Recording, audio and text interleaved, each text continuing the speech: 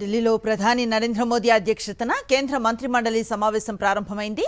భారత్ మండపంలో జరుగుతున్న ఈ కీలక సమావేశానికి కేబినెట్ సహాయ స్వతంత్ర మంత్రులందరూ హాజరయ్యారు.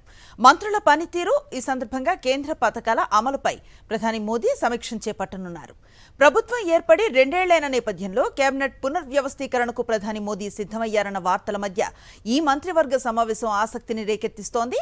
మోదీ కౌన్సిల్ ఆఫ్ మినిస్టర్స్తో భేటీ కావటం ఈ ఏడాదిలో ఇదే తొలిసారి. ప్రస్తుతం కేంద్ర మంత్రి మండలిలో 30 మంది కేబినెట్ మంత్రులు, 36 మంది సహాయక మంత్రులు, 5 స్వతంత్ర మంత్రులు ఉన్నారు. జూన్ 15 తర్వాత కేంద్ర మంత్రివర్గ పునర్వ్యవస్థీకరణ ఉంటుందనే వార్తలు బలంగా వినిపిస్తున్నాయి. మిషన్ 2029 లక్ష్యంగా మంత్రిమండలి ప్రక్షాళనకు మోదీ సిద్ధమైనట్లుగా సమాచారం. పనితీరు సరిగా లేని మంత్రులకు ఉద్వాసన పలకటంతో పాటు కొత్త వారికి మంత్రివర్గంలో చోటు కల్పించే అవకాశం కూడా ఉంది. రాజ్యసభ ఎంపీ రాఘవ్ చడ్డాకు కేబినెట్ బెర్త్ ఖరారైనట్లుగా సమాచారం. అలాగే లోక్సభ స్పీకర్ ఓం బిర్లాకు మంత్రిమండలిలోకి తీసుకుంటారనే ప్రచారం జరుగుతోంది. ఆయనకు మంత్రి పదవి ఇచ్చి మహిళా నేతను లోక్సభ స్పీకర్ను చేస్తారని సమాచారం. యూపీఏ 2లో మీరా కుమార్ లోక్సభాపతిగా పనిచేశారు.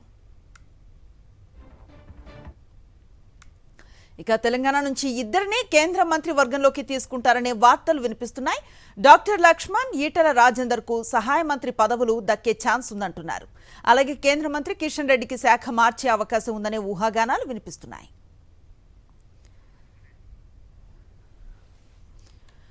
మరింత సమాచారాన్ని అందిస్తారు మా ప్రతినిధి వెంకటేష్. చెప్పండి, ఈ మంత్రివర్గ సమావేశం అన్నది కేబినెట్ భేటీ అనింది శాఖల పనితీరేనా, లేదంటే మంత్రివర్గ పునర్వ్యవస్థీకరణ కోసం చూస్తున్నటువంటి అంశం అనుకోవచ్చా?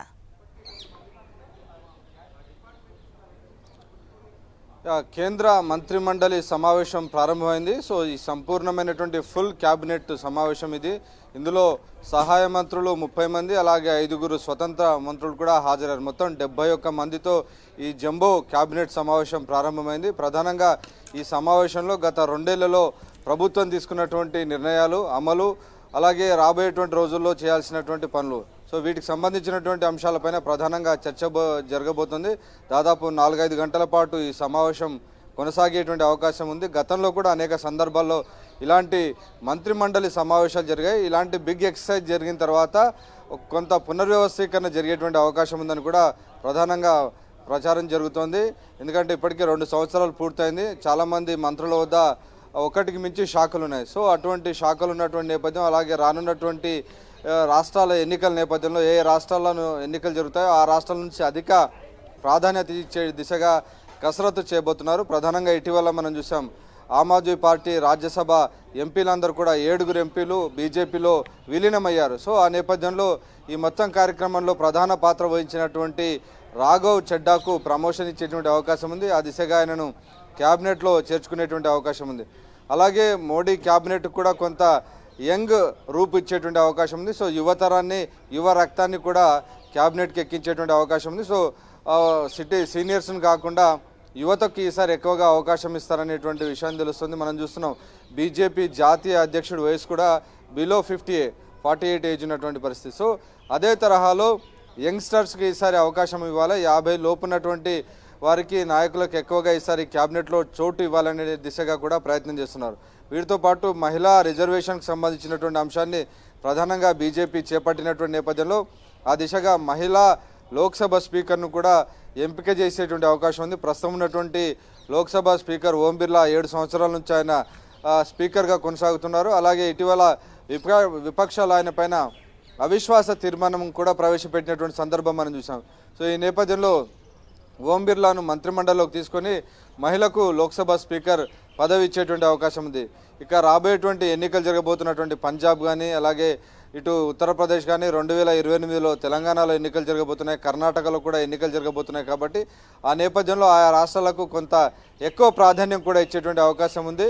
అలాగే కొద్దిమంది మంత్రుల శాఖలు కూడా మారుస్తారని తెలుస్తుంది. ప్రధానంగా ఇటు తెలంగాణ నుంచి ప్రాతినిధ్యం వహిస్తున్నటువంటి కిషన్ రెడ్డి ప్రస్తుతం బొగ్గు గనుల శాఖ మంత్రిగా ఉన్నారు. సో ఆ శాఖ కాకుండా మరో శాఖకు ఆయనను ట్రాన్స్ఫర్ చేసేటువంటి అవకాశం ఉంది.